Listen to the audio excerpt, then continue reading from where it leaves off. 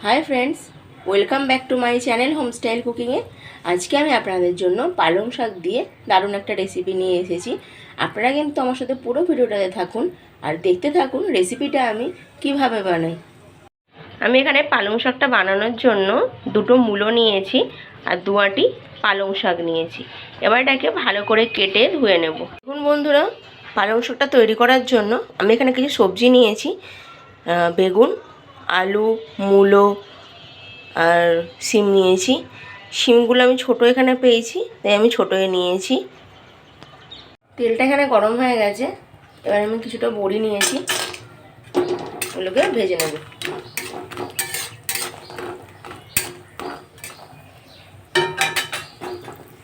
বড়িটা ভাজা হয়ে গেছে, এটাকে তুলে নেব।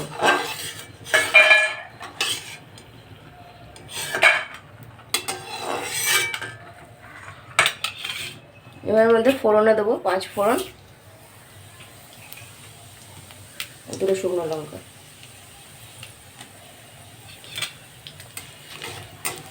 ফোড়নটাকে একটু ভেজে নেবো।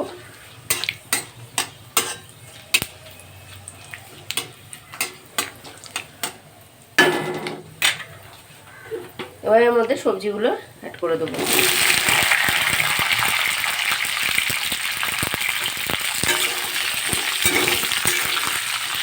এবার আমি সব সবজিগুলো একসাথে দিয়ে দিয়েছি।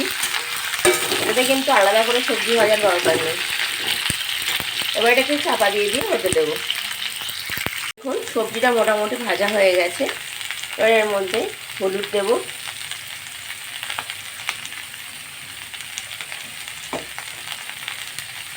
স্বাদ মতো নুন,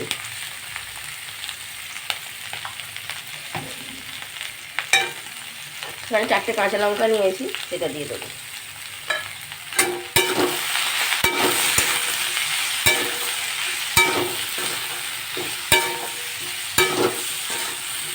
আপনারা কিন্তু অবশ্যই বাড়িতে একবার হলেও এই রেসিপিটা ট্রাই করবেন।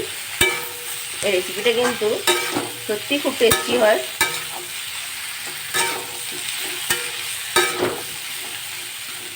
এবার এর মধ্যে কেটে রাখা শাকগুলো দিয়ে দেবো।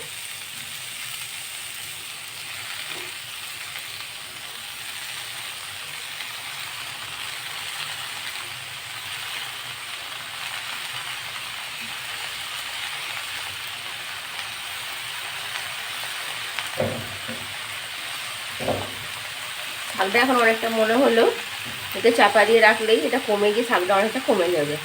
এবার এটাকে আবার চাপা দিয়ে হতে দেবো। দেখুন শাকটা কতটা ছিল, কত কমে গেছে। এভাবে না ঢাকা দিয়ে করলে এটা আস্তে আস্তে সব সিদ্ধ হয়ে যাবে। এখন এটা হবে, আবার এটাকে চাপা দিয়ে দেবো।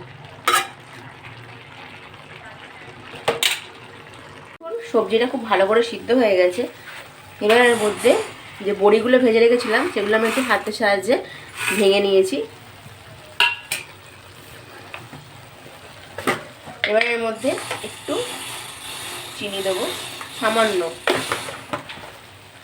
এটা অপশনাল, আপনারা দেওয়ার ইচ্ছে হলে দেবেন, নাহলে নাও দিতে পারেন।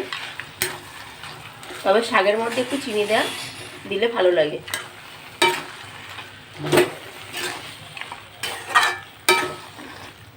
সবজিটা আমার পুরো হয়ে গেছে।